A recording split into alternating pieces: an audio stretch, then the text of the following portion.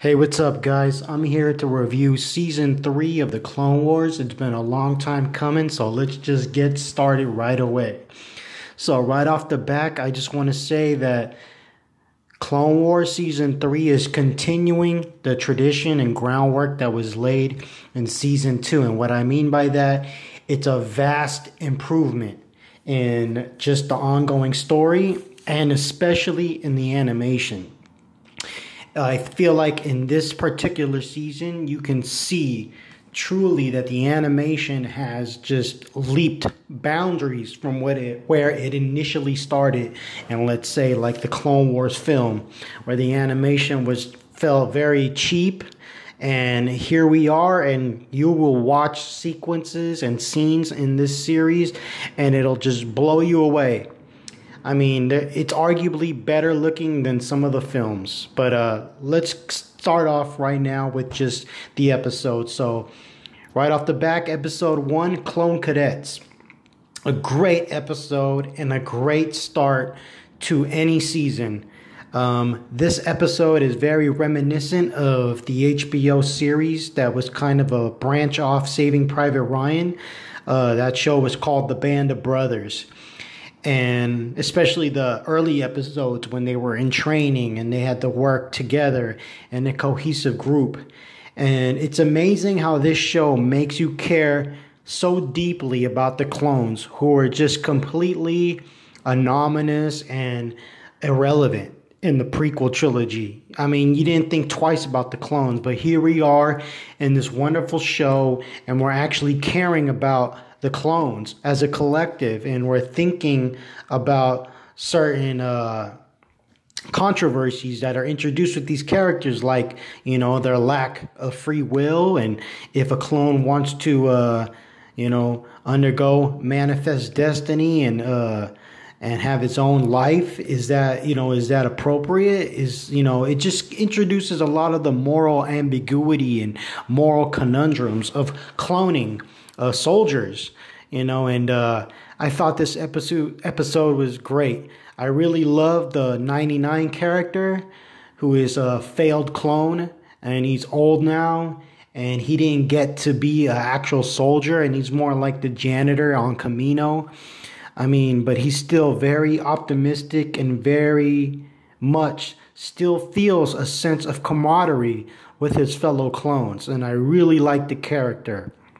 So in this episode, the clones can't work together, and their drill sergeant, who is a bounty hunter for hire, has given up on them and given up on them becoming and graduating into ARC troopers, or just regular clone troopers in general.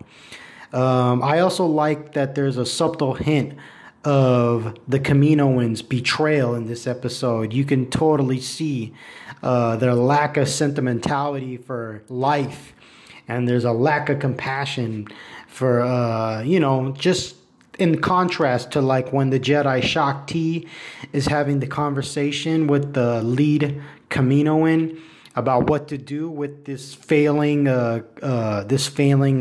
squad of troops. And you could see that he just, he's like, hey, let's just dispose of them. And Shakti's like, really? Like, these are living sentient beings, and he's just like, well, you Jedi are way too compassionate for me, and you could just see that they don't care about life the way the Jedi do. And this was not expressed in Attack of the Clones. These kind of sentiments were not explored at all.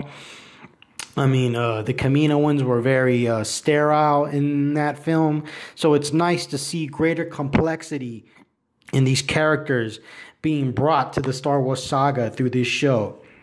And when they consider casting off the Domino Squad, there's another, I guess you want to say, I don't know if he's another drill sergeant, but he has a conversation with the bounty hunter drill sergeant who's in charge of the Domino Squad. That's the name of the clones in this episode, their squad.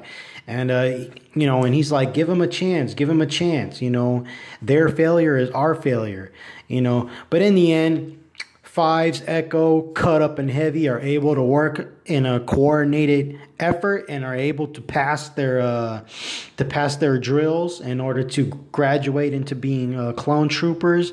I thought it was a great episode with a great message, and like I said, very reminiscent of Band of Brothers, and I really liked it. I liked that this episode focused less on action and spectacle and more on characterization. Great. Very great episode. Now, the following episode, ARC Troopers, this episode right here is just amazing. I mean, we see some of the most outstanding action sequences ever seen in the Star Wars franchise right here. The invasion of Kamino by the Separatists, namely Ventress and General Grievous, was just, just the art direction of this episode and seeing, the invasion. There's a scene where they have an explosion takes place inside the room where they have all the embryos encased in those little veils or something like that. And then you just see it crumbling and just huge action, set pieces. I mean, it was amazing. And, the death of 99 was very sad and very touching, and I actually felt something right there. And it's amazing. I mean, this character has been introduced to us and covered in a story that's less than an hour. I mean, it's probably like 45 minutes, and it was very sad to see the death of 99. But at the same time, it was satisfying as well because he died in the line of duty, fighting alongside his fellow clones, even though he was rejected and reduced to a janitor, essentially. So that was a very great and touching moment. So the Separatists wanted to sabotage the clone production by destroying the clone DNA. So that was the main goal of the Separatists in this episode. And seeing Ventress and Grievous compete for leadership was very interesting. That was a nice gem introduced to us in this episode. And again, you could see that the animation has improved so much in this episode, especially because the outstanding set pieces provide a great opportunity to see how far the animation has come. And I like how the Separatists are invade by camouflaging themselves as falling debris from their ships, during the dogfight in space. That was a great space battle, by the way. And I like how the land battles are taking place concurrently with the space battles. Oh, and the way that Ventress killed that clone by impaling him with her lightsaber and then kissing him, on the lips, was just so violent. It was so awesome. I mean, we're finally seeing Star Wars kind of, mature right here. It's getting away from the kiddiness that was like Phantom Menace and the Clone Wars movie and some of the nonsense in season 1 of Clone Wars. We're finally it's starting to really feel like a real show. Like we're not joking around as much. There's no more stupid droid humor, or at least not at the magnitude that was introduced initially in this show. And I'm really, really grateful of that. Ventress versus Anakin in this episode was great. And even though she escapes, she is unsuccessful in obtaining the clone DNA. So, one other great thing about this episode was seeing Echo and Fives become ARC Troopers. That was a great, satisfying conclusion to this episode. Now, moving on, Sphere of Influence involves Pantora. The citizens of Pantora, or not the citizens, let's just say an elite family, or maybe a family of some of the most vital political leaders in this episode. And this episode is very different than what's come before in either season 1 or 2, in that it's kind of focusing on a set of side characters. And it may not be the most thrilling episode, yet at the same time, there is some intriguing developments in this episode, and the focusing of these characters that are not essentially the main characters, even though Ahsoka is in this episode and she is a main character, but focusing on the senator and the chairman. And yeah, the senator was introduced initially in season 1. It was just interesting. So basically, there's pressure on Pandora to join the Separatists. There's a blockade, and the Separatists are offering aid. And there's some kind of consideration going on in regards to the Senate. And basically, the chairman of Pandora, his daughters are kidnapped. And the Separatists offer their help. Ahsoka offers her help. And there's suspicion that it's a setup. It's a ruse. Or a false flag operation, that the Separatists are the ones that actually kidnapped the chairman's daughter, and that they're the ones offering aid just to have Pandora be brought to the side of the Separatists. So we find out that it's actually Greedo, good old-fashioned Greedo from A New Hope, who got shot by Han.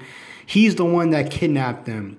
They go to Tatooine, and Ahsoka and the Senator go on the Trade Federation blockade under a false pretense of negotiations, and they discover that it's the Separatists that are the ones that kidnapped the Senator's daughters. Or, I'm sorry, the Senator's sisters, who are the chairman's daughters. So again, there was a little political espionage kind of feeling to this episode. I mean, it's not the greatest episode, but at the same time, it's not bad at all. It's just, it's mildly interesting. I mean, seeing Greedo in there, it did feel a little shoehorned. But again, it's a fine episode by me. Not bad at all, but not the greatest. Now, moving on, we come to supply lines. And I'm not a fan of this episode. I didn't like it at all. I thought it was just a bunch of Jar Jar Binks bullshit. Guest starring Cham Syndulla, Hera Syndulla's father from Star Wars Rebels. Yeah, this episode is just nonsense. I wish that they had, 100% strayed away from the childish baby humor, that just totally hinders the prequels. But I guess they got to have a couple of episodes here and there. But again, just because this episode is ridiculous and stupid, it doesn't bring the rest of the season down, because, the season has a lot of good. So let's just move on. Yeah, supply lines, a bunch of garbage. Skip it. Next, we have Corruption, which involves a plot line with Padme and the Duchess 18 of Mandalore. Basically, Padme helps the Duchess 18 root out a traitor who is the Prime Minister of Mandalore, it turns out. He was selling black market goods on the black market, and children were poisoned as a result of collateral damage. And it's an interesting episode. Again, kind of like Sphere of Influence. It's nothing spectacular, but I do enjoy seeing the fleshing out of politics with between Padme and the Duchess 18, and and it's nice to see how a sensitive situation could be centered around being neutral. And I'm talking about Mandalore, how Mandalore tries to be neutral during the Galactic War. And you can see some of the political ramifications that occur because of this. And what I mean is seeing how the Prime Minister, he believes that he's trying to help his people, as a result of being neutral. But there's that, again, moral ambiguity here. And that's what makes this season, this show in general, so great, is that it takes the groundwork laid by the prequels and it explores all the moral ambiguity that encompasses war. Really great episode. Again, not the best, but it was a decent episode, and it really felt like a good political thriller. Now, following this episode is, The Academy, which kind of tries to build off the story arc laid down by the previous one, Corruption, but I hated this episode. I thought it was dreadful and cringeworthy. Not in the same way that Supply Lines was with Jar Jar Binks. That was just childish baby humor nonsense. But this episode, I just did not like focusing on these 4 Mandalorian kids. And it just, again, we're going back to the juvenile nonsense here. I mean, again, it wasn't bad as far as like stupid baby humor, but it just like, I did not want to spend 25 minutes following a bunch of kids from Mandalore around. I mean, gosh, man. I mean, also the naming of some of these characters. Like, I think one of them is Duchess 18's nephew, and his name is Corky. I can't. Sorry, but I don't know. Maybe it's just me, but I can't follow an episode where one of the main characters is named Corky. It's just corny. God, Corky rhymes with corny, and it's a perfect rhyme scheme right there because that's what this episode was. It was corny. Even though Ahsoka's in it, she couldn't save this crap. So moving on, where they bless us with a jewel after a bad episode. And the episode I'm talking about here is Assassin. And Aura Singh comes back. One of my favorite characters from the previous season, season 2, Aura Singh, the assassin, the bounty hunter, comes back and she is still a complete and utter badass. And in this episode, she tries to assassinate Padme. And Ahsoka comes to her aid. And, I mean, there's not too much here as far as story. It's not like a in-depth, complicated story. It's basically a very simple story. Aura Singh is hired to assassinate Padme and Ahsoka. To assassinate Padme. Ahsoka comes to her aid. Ahsoka saves Padme. There's a nice little shootout or standoff between Aura Singh and Ahsoka. And boom, Padme is able to get the drop on Aura Singh rather than have it be Ahsoka. And that was nice because it shows Padme as a nice, strong female character. Not only is she highly intelligent and has the political maneuvering skills that her daughter will have, Leia, but she's also good with a blaster. I liked seeing that. And it turns out that Aura Singh was hired by Zero the fly-ass pimp. Zero the Hutt, the fly pimp, who's a southern gentleman. He was hired by Zero the Hutt because he wanted revenge against Padme for his incarceration, which was caused by the incidents that took place in the horrible Clone Wars movie. So I've reviewed that in my season 1 review, the movie. Stay away from that stupid movie. You're not missing out on nothing. Okay, but moving on. Sadly, we have another terrible episode here. And what I mean by terrible, I just mean it's just a stupid story. I'm talking about the episode Evil Plans. This episode sucks bad.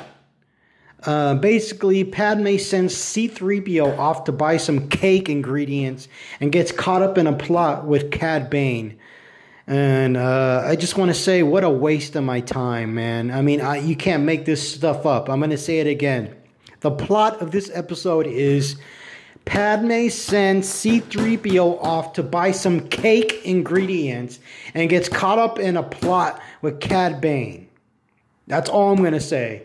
That should be enough for you to realize how stupid this episode is. Okay, moving on.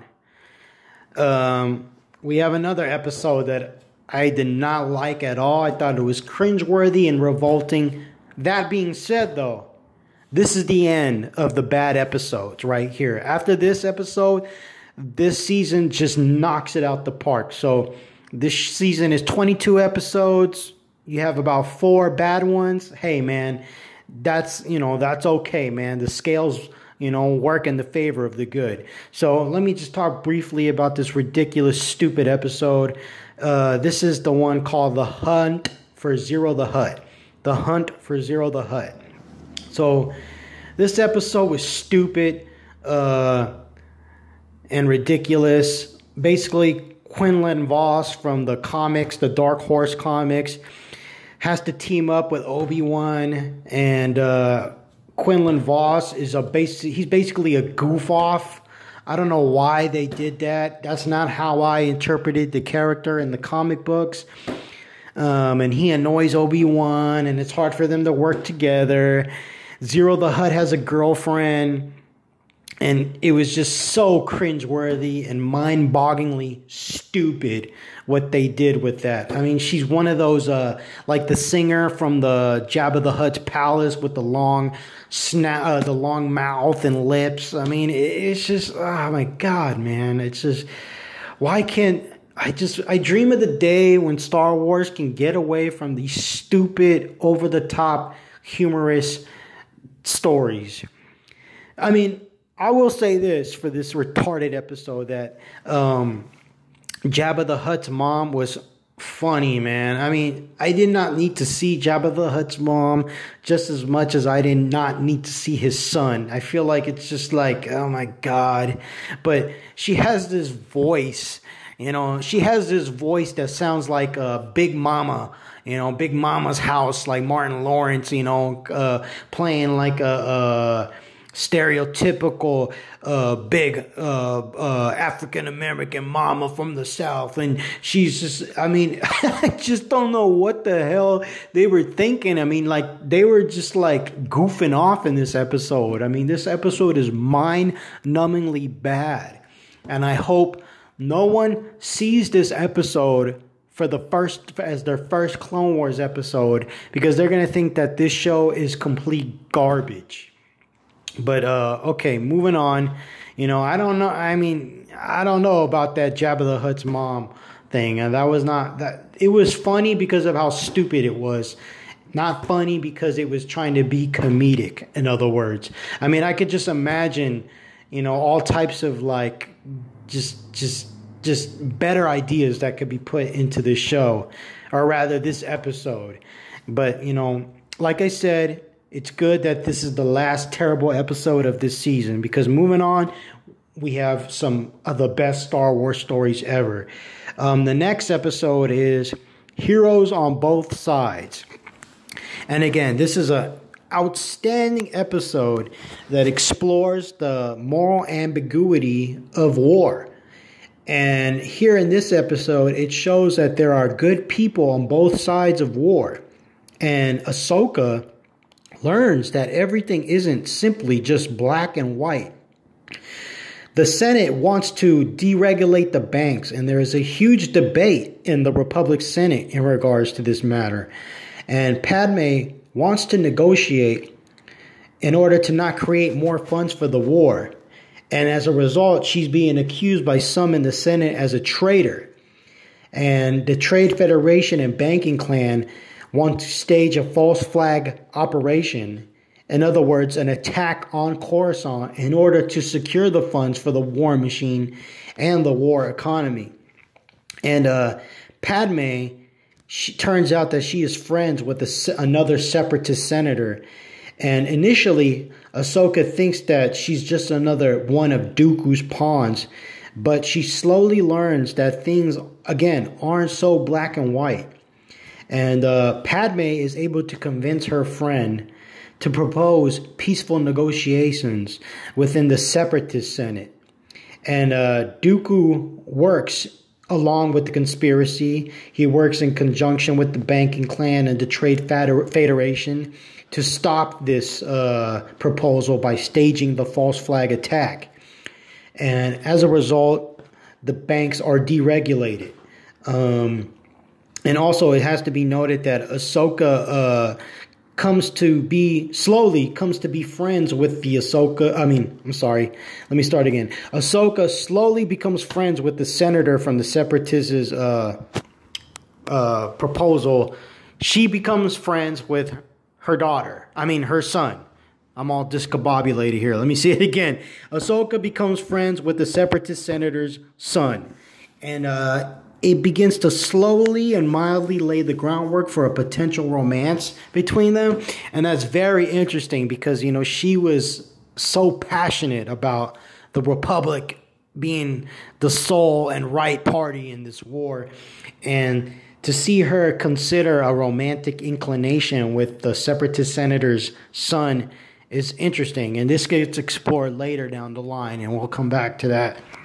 So the following episode, Pursuit of Peace, this follows the same story arc that was laid in the previous episode, Heroes on Both Sides. And in here, Dooku reports to the Republic Senate that Padme's friend was killed in a Republic raid. And this causes the Senate to lose their minds. Because, again, there was just an attack on the Coruscant. And now they hear about this. So this completely derails any kind of peaceful negotiations between the Separatists and the Republic. But we all know it was really Dooku that killed Padme's friend in order to manipulate the events of the war. So Padme, as a result, attempts to convince other senators in the Republic to vote against the proposal to expedite more funds to create more clones. And she encounters numerous murder attempts along her journey.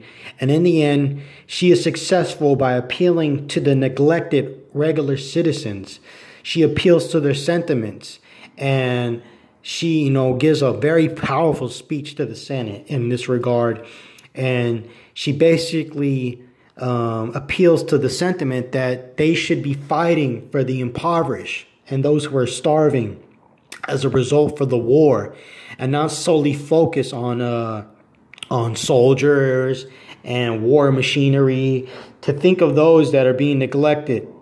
And as a result, the Senate chooses not to expedite more funds to create more clones. I mean, this was a great episode, especially if you're a Padme fan. I love this show for making Padme seem very strong, Padme is an outstanding female character. Fuck Rey from the sequel trilogy. That's all garbage. Fuck Rose. All those female characters are stupid and it's just contrived nonsense. If you want a strong female character, look nowhere further than Padme in the Clone Wars TV show. And I did have to use profanity right there because the contrast is just so ridiculously immense between these characters and the sequel trilogy female characters. Okay, moving on. Night Sisters. Another great episode, and it just completely cracks open a whole new world of intrigue because now we're being introduced to almost like dark side, force, witchcraft. So here, the Emperor wants Dooku to kill his apprentice. Darth Sidious wants Dooku to kill Ventress because he believes that her power is growing stronger, and there can only be two. We all know the rule of two of the Sith, a master and apprentice, and he can see that Ventress is becoming too powerful, and he orders Dooku to kill her or to dispose of her. So Asajj Ventress is leading a battle in space. And what I loved about this sequence is that she's flying her awesome ship from the original Clone Wars cartoon micro series. It's great to see that ship being flown, and I'm glad that they brought that concept and that art design over to the 3D animated show. It was great to see that. So basically she's fighting a space battle, and she crashes into a hangar of one of the ships, and she has an awesome lightsaber battle with Anakin and Obi-Wan. And basically this is where Dooku betrays Ventress and abandons her and offers her no aid and just basically leaves her to die. And as a result, she returns to her home world of Dathomir and to the Night Sisters, who are witches of the Force. And we're introduced to Mother Talzin, another great character. I mean, I love the sound editing and sound mixing of her voice. It's such a trip to hear Mother Talzin talk.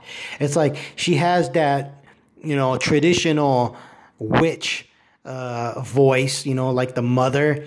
But in the backdrop, you can hear almost like this demonic double up of her voice. It's trippy, always to hear Mother Talzin speak. And basically, Mother Talzin lets us in, and we get a glimpse of Asajj Ventress's backstory. And basically, Ventress was given up by the Night Sister in order to protect the clan. And she was given up to a stranger as a child. And it doesn't really elaborate why this act was done to protect the clan from what, but it's okay because we move on and we see that her master was killed in some sort of conflict. And then she was adopted by a Jedi. And she learned the ways of the Force. And she was this Jedi's apprentice. But apparently her Jedi master was killed in a separate battle as well. And this filled her heart with hatred and with the dark side. And she chose to get revenge on her master, for her master. And she murdered the people who were responsible. And this ultimately led her to the path of the Sith and to train with Count Dooku. And if you ever seen the Clone Wars micro series, you actually see her induction to the Sith. You see her being introduced to Dooku. You see her duel with Dooku for the first time, and you see her submit to the to Count Dooku. So if you haven't seen the Clone Wars micro series, I highly recommend it. It's outstanding. Moving on. Ventress wants revenge on Dooku. So her and a couple of the Night Sisters attempt to assassinate Dooku at his home, but they fail.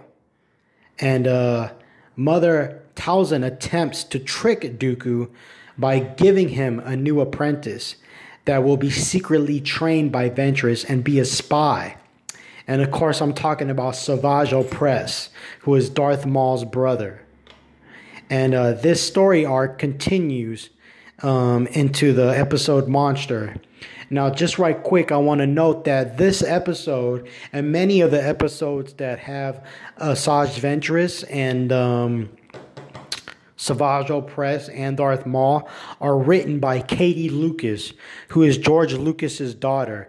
And I just want to say that she is an amazing writer and she is very talented, and that these are amazing episodes that she is writing. All right, coming up next is the episode Monster. And in this episode, it continues the previous arc that was laid out in Night Sisters. So basically, Mother Talzin promises Dooku a new apprentice, and she's going to get this person for him.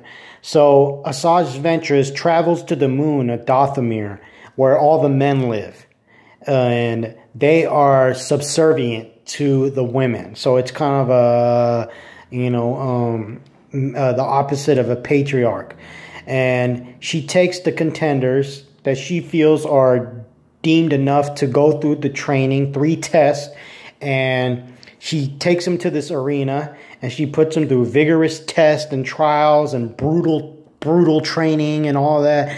And again, this is another outstanding episode where you can see that the animation has improved immensely. Everything looks amazing and gorgeous and beautiful colors and outstanding cinematography, and it towers over anything I've seen before, even the movies. Yes, and I'm talking about the original trilogy. I love the scene where she's training or putting the men through a contest, and there's an upward shot of her giving commands, and you can see the night sky, all the stars in the night sky, and the night sky is a crimson red, and you just see a shooting star fly by. I mean, it's just amazing, man. I mean, this show has come such a long way. So the Night Sisters perform witchcraft to transform the winner, who is a Asajj Ventress, and they use witchcraft to transform him into this brute, or to this monstrous being, and Savage brutally murders a Jedi and his Padawan. And basically now Mother Talzin gives Asajj Ventress to Dooku without him knowing that he's secretly working for Ventress. And Dooku trained Savage to overthrow Sidious. So this again indicates the philosophy of the Sith, which is to overthrow one's master eventually. So Dooku says, together, me and you, we are going to become more powerful than Sidious. So Dooku starts to train Savage Opress in the ways of the dark side, and you have some very interesting scenes. And basically, Savage is given a mission to go to Toitarian. I think that's the name, if I'm pronouncing it right. Basically, the planet where Watto's species comes from. And he goes to there, and he is ordered to bring the king back by Dooku. But instead, he brutally murders the king. And he just brings back the body. And here, him and Anakin and Obi-Wan have a duel, because Anakin and Obi-Wan are sent to capture Savage Opress after he brutally murdered the other Padawan and his master. And Dooku does not like the fact that he failed in his mission, that he murdered the king from Toitaria like a mindless brute. And there's this huge fight between Obi-Wan, Anakin, Ventress, and Dooku, and Savage Opress. It was an awesome fight, lots of lightsaber action there, but it all ends in a stalemate. And ultimately, Asajj escapes, Savage escapes, Ventress escapes, and Savage is on his own. And he goes to Mother Talzin, and she points him in the direction of where his brother is, who's still alive. And it's Darth Maul. So that was a nice Easter egg right here, because we all find out that Darth Maul is still alive out there somewhere. And she gives Savage Opress like some kind of special compass in order to find him. And I just want to say right here that the voice acting is amazing in this show.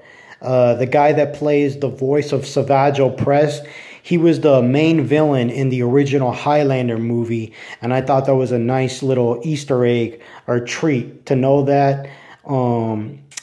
Yeah, and like I've already talked about the voice of Mother Talzin, great. And as we move on, we come to the greatest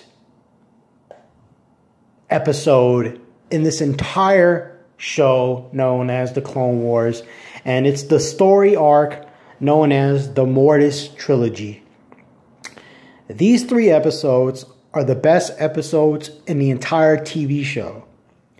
These episodes rival the films as far as where they take the Star Wars legacy and how they explore the mystery and origins of both the Force and the prophecy of the Chosen One.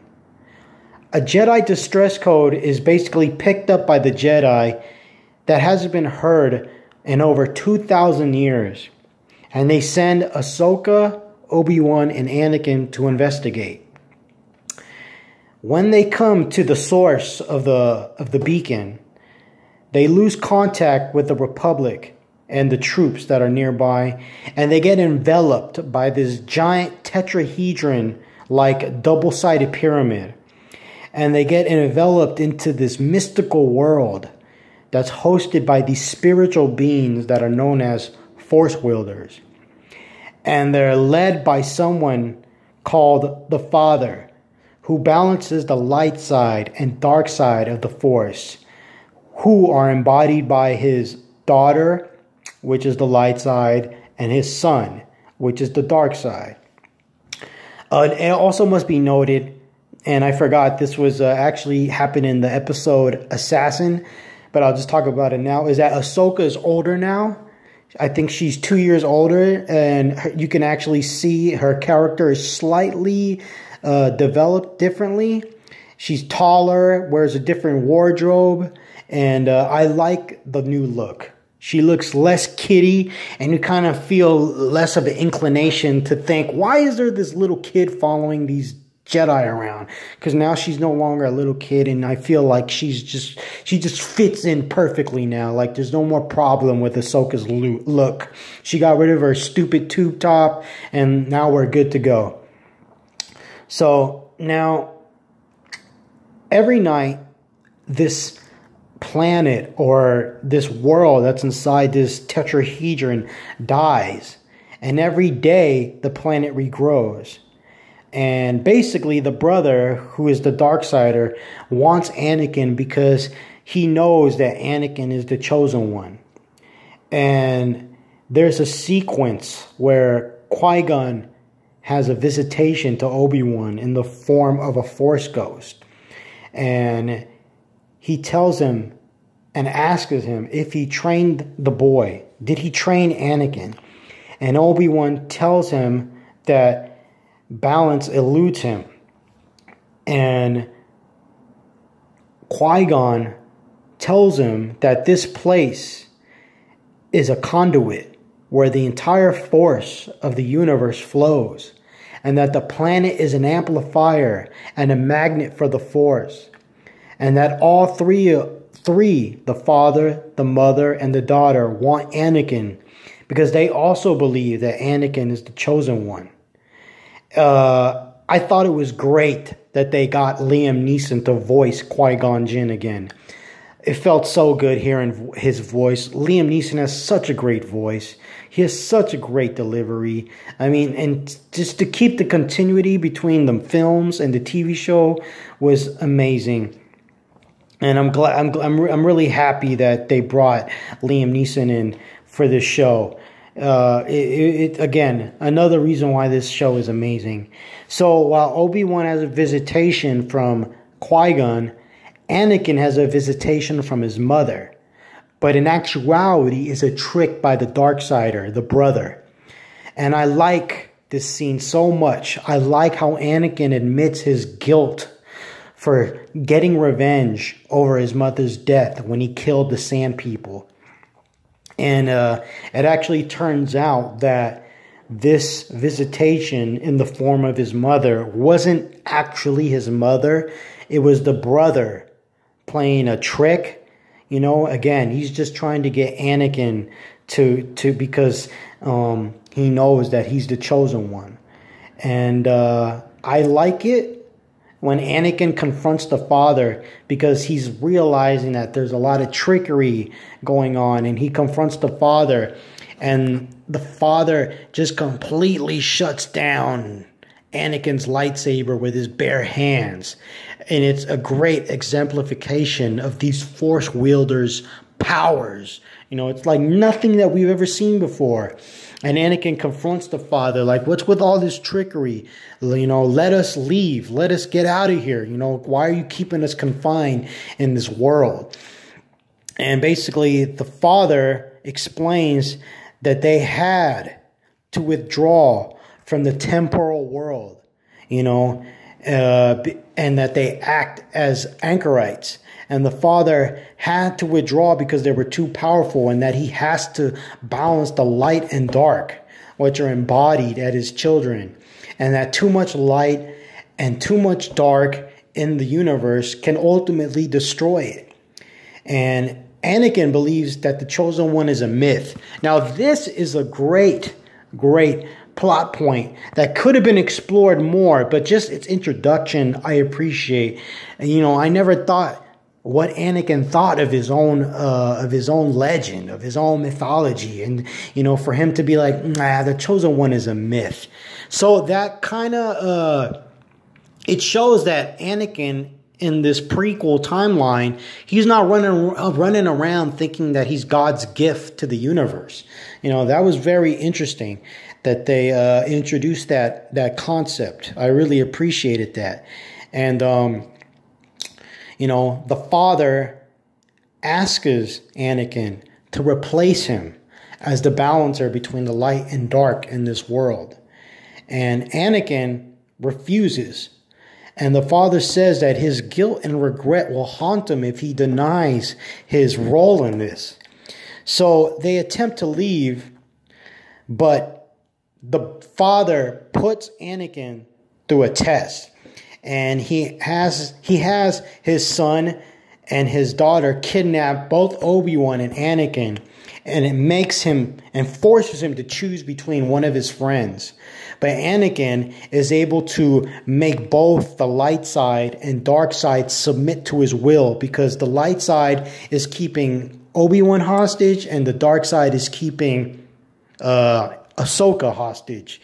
And Anakin is able to bring both the light and dark to his will. And then as a result, the father releases Obi-Wan and Ahsoka, and he says, you're the chosen one, man. And again, Anakin doesn't want to accept it, and he attempts to take off, but the brother, the Darksider, takes Ahsoka captive. And the brother attempts to kill his father, and the brother possesses Ahsoka with dark side energy and brainwashes her and in order to trick Anakin. And it works because Obi-Wan is able to obtain some kind of special sword that he wanted to use in order to overthrow the brother. But Ahsoka gets a hold of the sword and gives the sword to her brother. And the brother tries to kill his father with the sword, but ends up killing his own sister when she jumps in the way. And right before that, the brother kills Ahsoka with his mind. And with the sister's last ounce of energy, she brings Ahsoka back to life. This was such a intense episode. This episode was heavy, Now, moving on is the third part of the Mortis trilogy. Again, Ahsoka, Obi-Wan, and Anakin, they try to leave. However, the ship is damaged. So Anakin goes to see the father again because he's not entirely convinced that the son can be contained without the help of Anakin and Obi-Wan and Ahsoka. The father speaks to Anakin and he tells him that he thinks that he has to kill his own son, that that's the only remedy in order to contain him. And then Qui-Gon returns again, and still voiced by Liam Neeson, and he visits Anakin. And he tells Anakin that he will bring balance to the Force, and he will find a new alternative way to defeat the Son. And an interesting thing about this conversation that Anakin has with Qui-Gon is that Anakin doubts that he is the chosen one. And this is something that we never really considered, or that I never considered, rather. In the movies, you kind of presume that he knew he was the chosen one, and that perhaps that may have been the reason why he was a little bit cocky. But it's nice to see that Anakin thinks that the chosen one is a myth, and that he doubts himself, and he doubts this huge legacy that looms over him. It's just an interesting thing. It's so interesting, in fact, that I kind of wish that they had elaborated more in other forms of Star Wars media. Now, as we continue, Anakin goes to this dark side well, and when he goes there, because Qui-Gon tells him that he has to go there. So he goes there, and the son, who is, again, like I said, he's the dark sider of this planet. And now the planet is out of balance because the daughter has been killed and she was the light side. So the son shows Anakin his future. And then he shows Anakin that he will ultimately turn to Darth Vader. And this crushes and devastates Anakin. And of course the son is doing this to manipulate Anakin. And as a result, Anakin sides with the son in order to prevent the possibility of the future that he just showed him. The future where he turns into Darth Vader. So for a little moment, Anakin turns on his friends. He turns on Obi-Wan. And he turns on Ahsoka. But Ahsoka and Obi-Wan, they come to the very fast conclusion after consulting with the father and just seeing the son, by himself that it's the son's responsibility, the son's fault why Anakin is chosen, that Anakin is not himself. And the father intervenes and he erases Anakin's knowledge of the future. And ultimately, the father tricks the son by killing himself, because the father knows that if he kills himself, that his son will lose his powers. And in the heat of the moment, the son is killed by Anakin's lightsaber. And in the father's dying moments, he tells Anakin that he truly is the chosen one, because he brought balance to this dimension that they're in, and to stay on this path.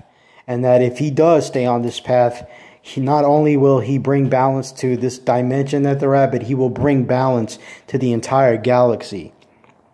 And finally, the father warns Anakin to beware of his heart. And then he passes away.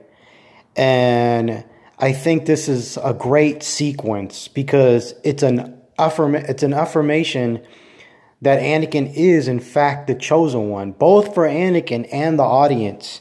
And I like how this 3-part story arc, the Mortis trilogy, elaborates on the prophecy of the chosen one, something that was not present and needed to be present in the prequels.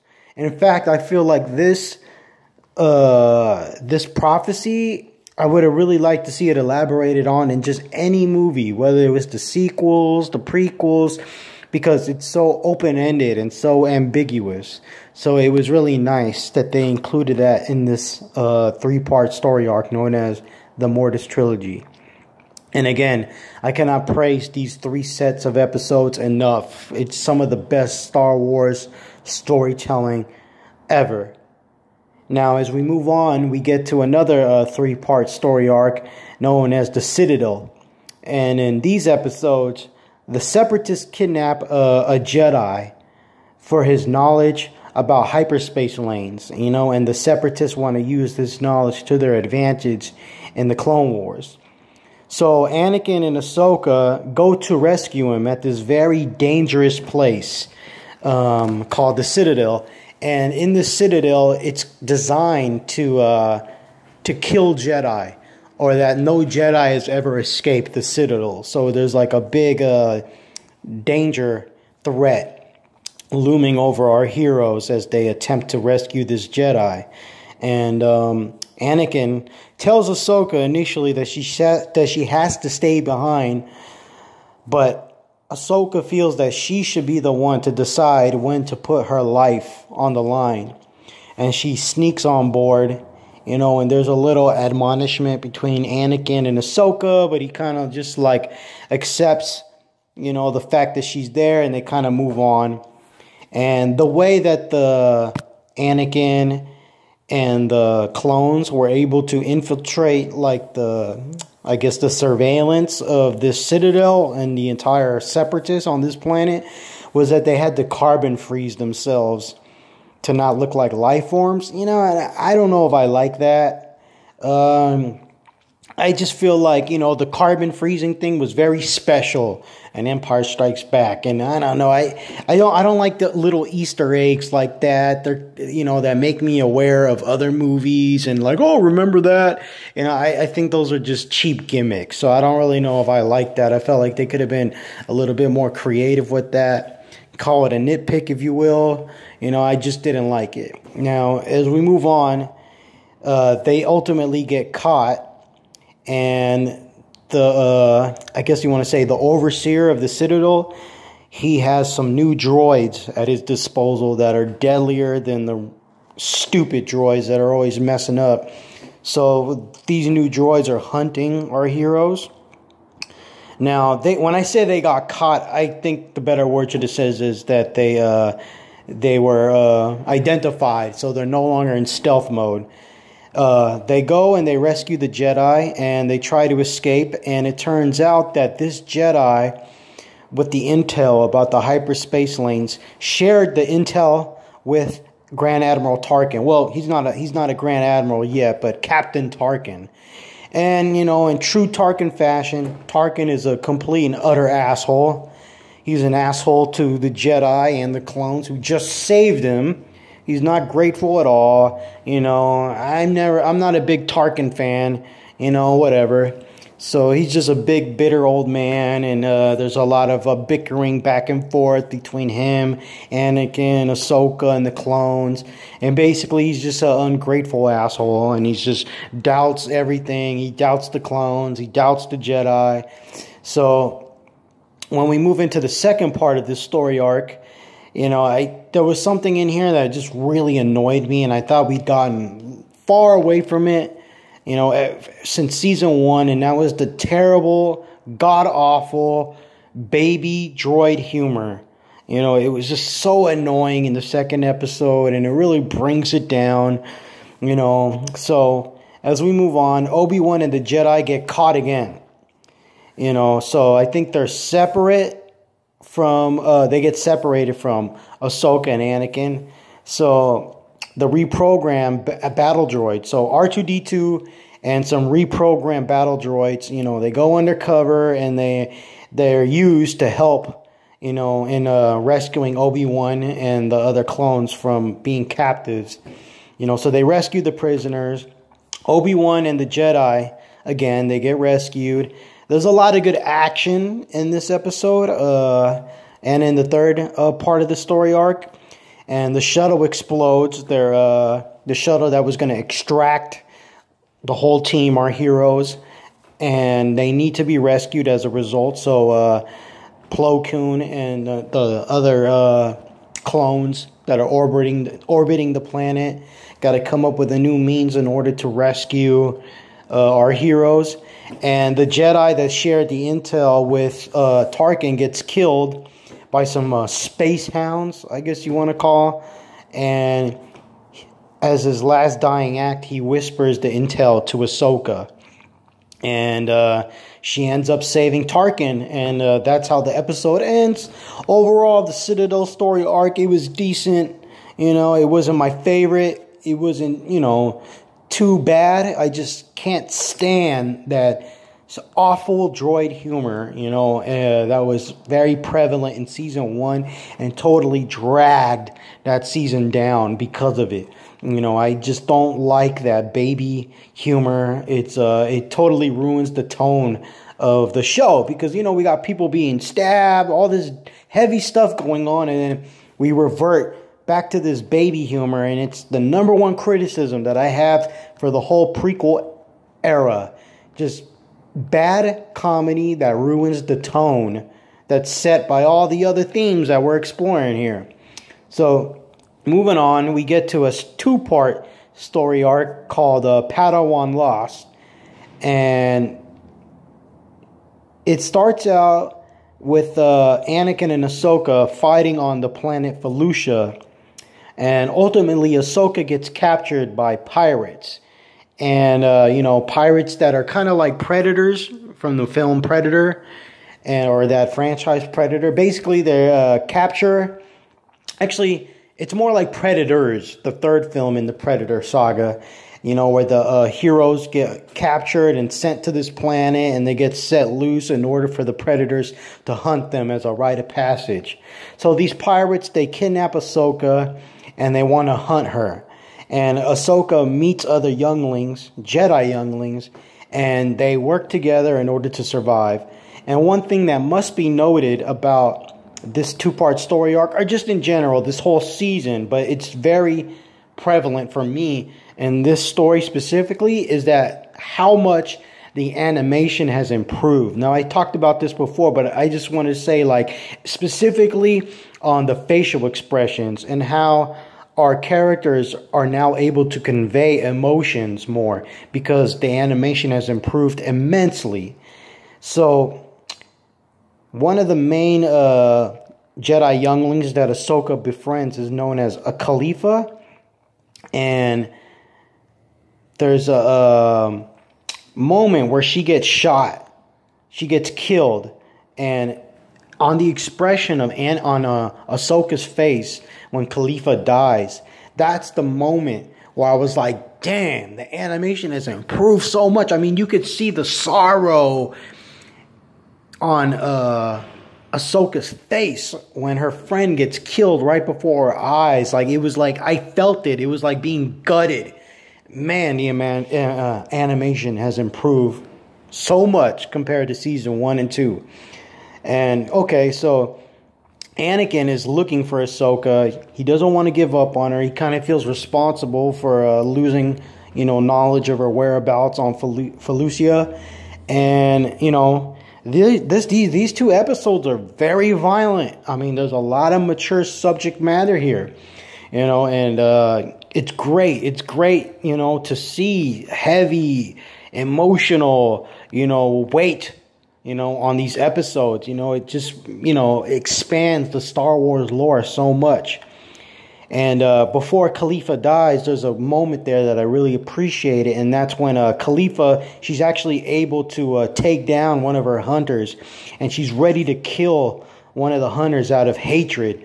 But Ahsoka stops her or warns her not to kill the hunter's son, not to kill the hunter, because hatred leads to the dark side, and that was a very, very, very beautiful moment that totally illustrates the way of the Jedi.